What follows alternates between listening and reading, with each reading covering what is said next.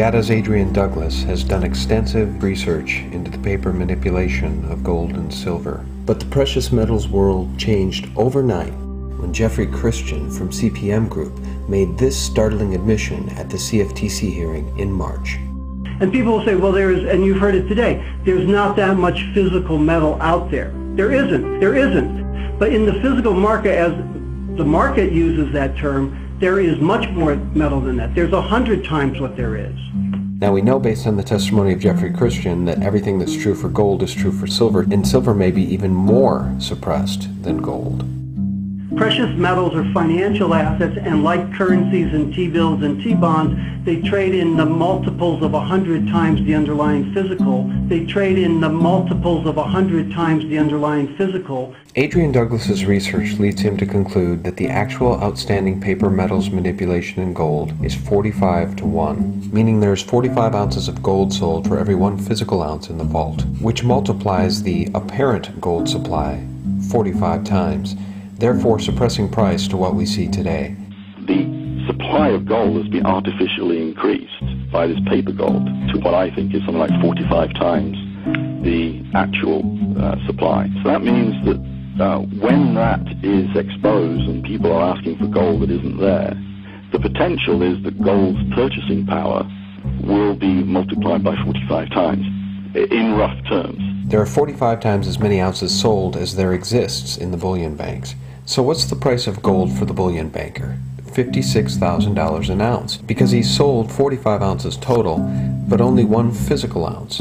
He received $56,000 per physical ounce. Now the U.S. government claims it has 261.5 million ounces of gold left in their reserves. So let's take them at face value and assume the gold isn't encumbered, which Douglas believes it most likely is. But let's say it's not. People say the dollar is backed by nothing. But that's not actually true. It's actually backed by that gold the government claims is in reserves. Now, let's consider the dollar. We've issued $14 trillion against 261.5 million ounces of gold. If you do the division, that comes to $56,000 an ounce, the exact same number as the LBMA selling 45 times as much gold as they've got.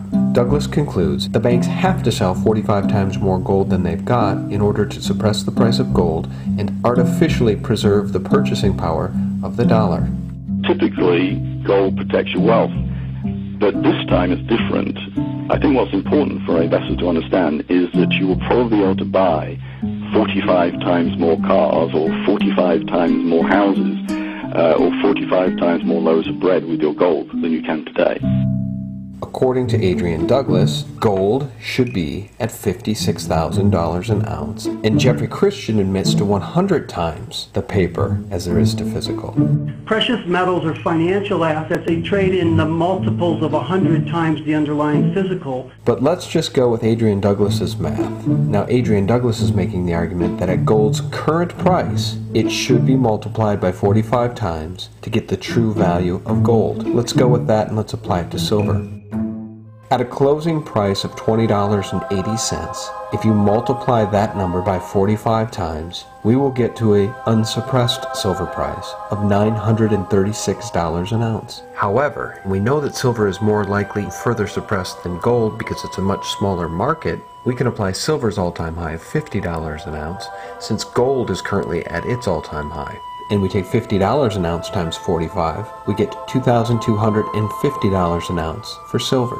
Now remember, there is such a minuscule supply of precious metals in the physical form, backing all of the fiat currencies on the planet, that these numbers, as pie in the sky as they may seem at first blush, if you really think about it and you think about how rare it is for a person to hold physical in their own possession, these numbers start to make a lot of sense. That is where I see the big payout for investors. This manipulation has artificially increased the gold supply. When that disappears, you're not going to be protecting your wealth, you're going to be multiplying it by some large factor, whether it's 45 or 20 or 50, I don't know. But it's going to be something of that magnitude. Got physical? Thanks for watching The Curious Case for $936 an ounce silver.